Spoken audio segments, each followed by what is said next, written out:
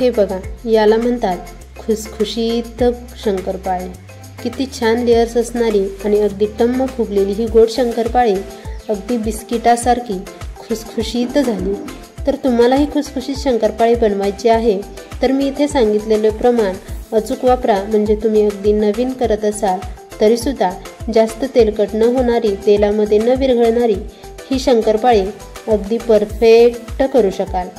तेलात नव्हे तर जिभेवर ठेवताच विरघळणारी, दुप्पट तिप्पट फुलणारी ही गोड शंकरपाळे काय सुंदर दिसते।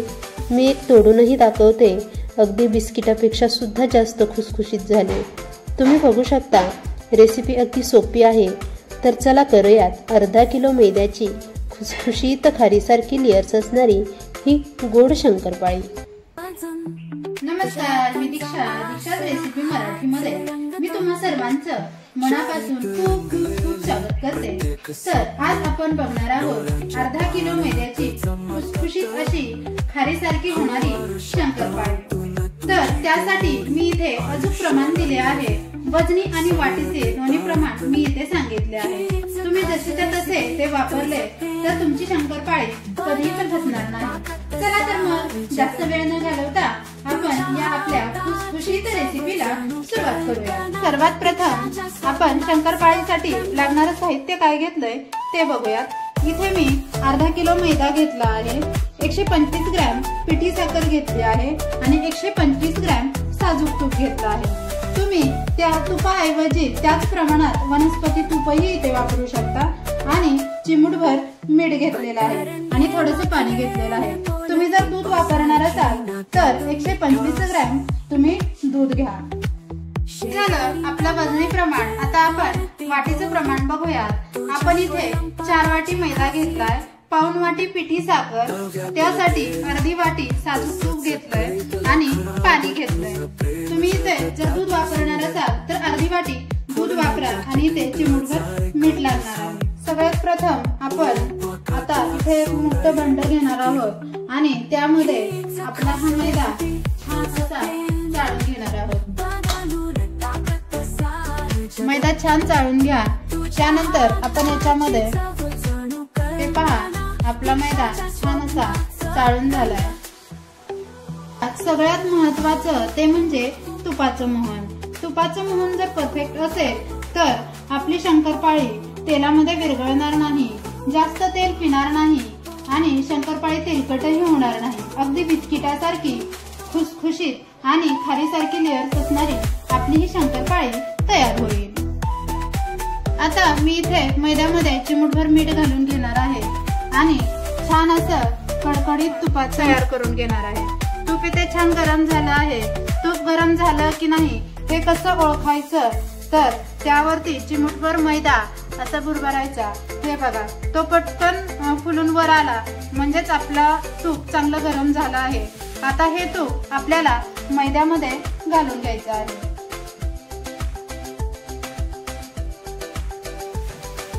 आणि आता ते लगेच चमच्याने छान असं मिक्स करून घ्यायचं आहे।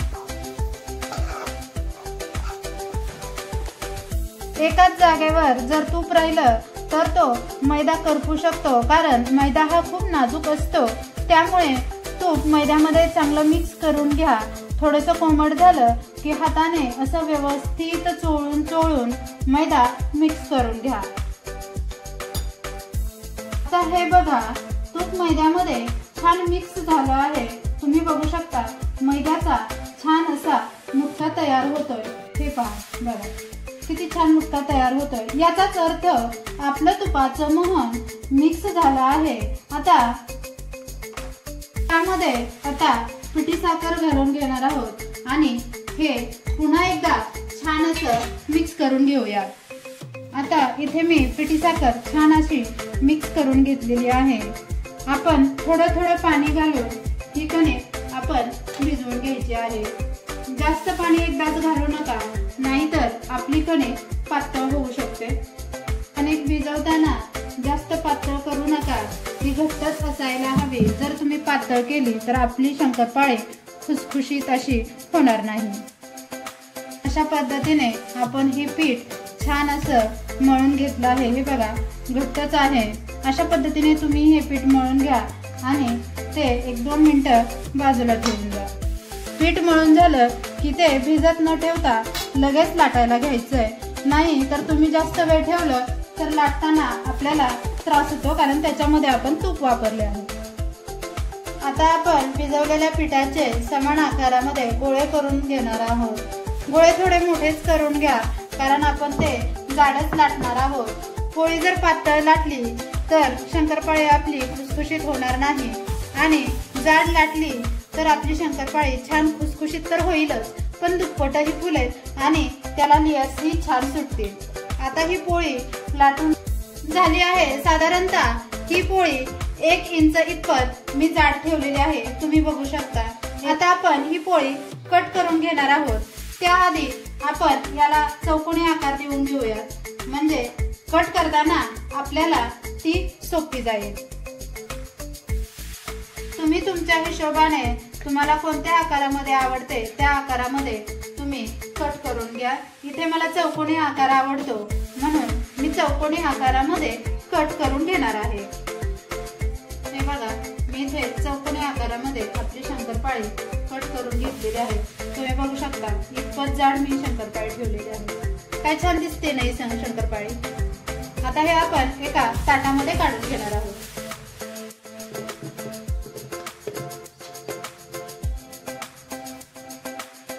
त्याच पद्धतीने मी दुसरी पोळी लाटून घेते आणि त्याच पद्धतीने चौकोनी आकार देऊ मग आपण ही दुसरी पोळी चौकोनी आकारामध्ये कट करून घेणार आहोत।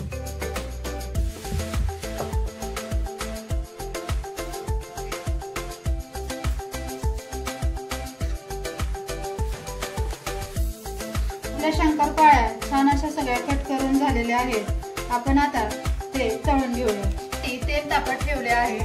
तेल चांगलं कडकडीत गरम करून घ्यायचं आहे। तेल गरम झालं की नाही हे कसं ओळखायचं, तर एक पिठाचा गोळा घेऊन तेलामध्ये टाकायचा आणि असा तो पटकन वर आला की समजा आपलं तेल छान गरम झालं आहे। पहिल्या वेळी तेलात शंकरपाळी सोडताना थोडी थोडी करूनच घाला, कारण जास्त शंकरपाळी तेलामध्ये घातली तर तेलाचं तापमान कमी होतं आणि तेलामध्ये शंकरपाळी विरघळण्याची शक्यता असते।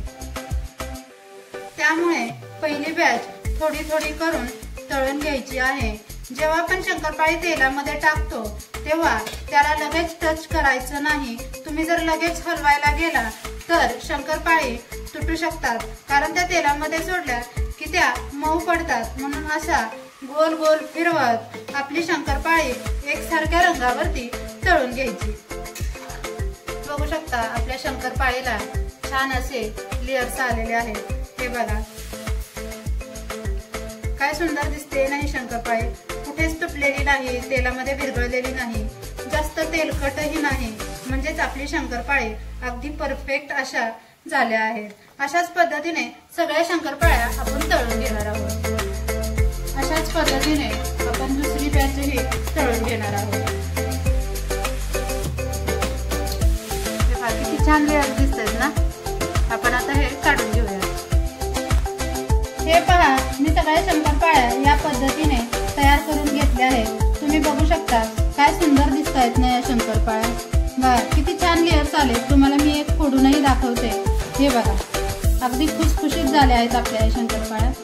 तुम्ही बघा तेलकटही नाही दिसत आहे। त्यासाठी मी इथे काही टिप्स सांगितल्या आहेत, त्या तुम्ही जशाच्या तशा वापरल्या तर तुमची शंकरपाळी कधीच फसणार नाही। तर तुपाचं मोहन घेताना मी सांगितलं तसेच घ्या आणि तुपाचं मोहन अगदी कडकडीत गरम असावं, म्हणजे मैदा हलका होतो आणि आपली शंकरपाळी खुसखुशीत व्हायला मदत होते। तेल थंड असेल तरी सुद्धा शंकरपाळी तेलामध्ये विरघळते। एकाच वेळी तेलामध्ये जास्त शंकरपाळ्या घातल्या तरी सुद्धा शंकरपाळी तेलामध्ये विरघळण्याची शक्यता असते। पीठ मळताना अगदी घट्ट मळून घ्या, म्हणजे आपली शंकरपाळी खुसखुशीत होईल। या पद्धतीने गोड शंकरपाळी नक्की करून बघा आणि कशी झाली ते मला कमेंटमध्ये नक्की सांगा। तुम्हाला ही माझी रेसिपी आवडली असेल तर लाईक करा, कमेंट करा, शेअर करा आणि सगळ्यात महत्त्वाचं म्हणजे सबस्क्राईब करायला विसरू नका। तर पुन्हा भेटूया अशाच खमंग खुसखुशीत रेसिपी सोबत। तोपर्यंत आनंदी रहा, खुश रहा। धन्यवाद। Bye bye. गोड शंकर शंकरपाळी नक्की करून बघा आणि कशी झाली हे मला कमेंटमध्ये नक्की सांगा। तुम्हाला ही माझी रेसिपी आवडली असेल तर लाईक करा, कमेंट करा, शेअर करा आणि सगळ्यात महत्त्वाचं म्हणजे सबस्क्राईब करायला विसरू नका। तर पुन्हा भेटूया अशाच खमंग खुसखुशीत रेसिपी सोबत। तोपर्यंत आनंदी रहा, खुश रहा। धन्यवाद।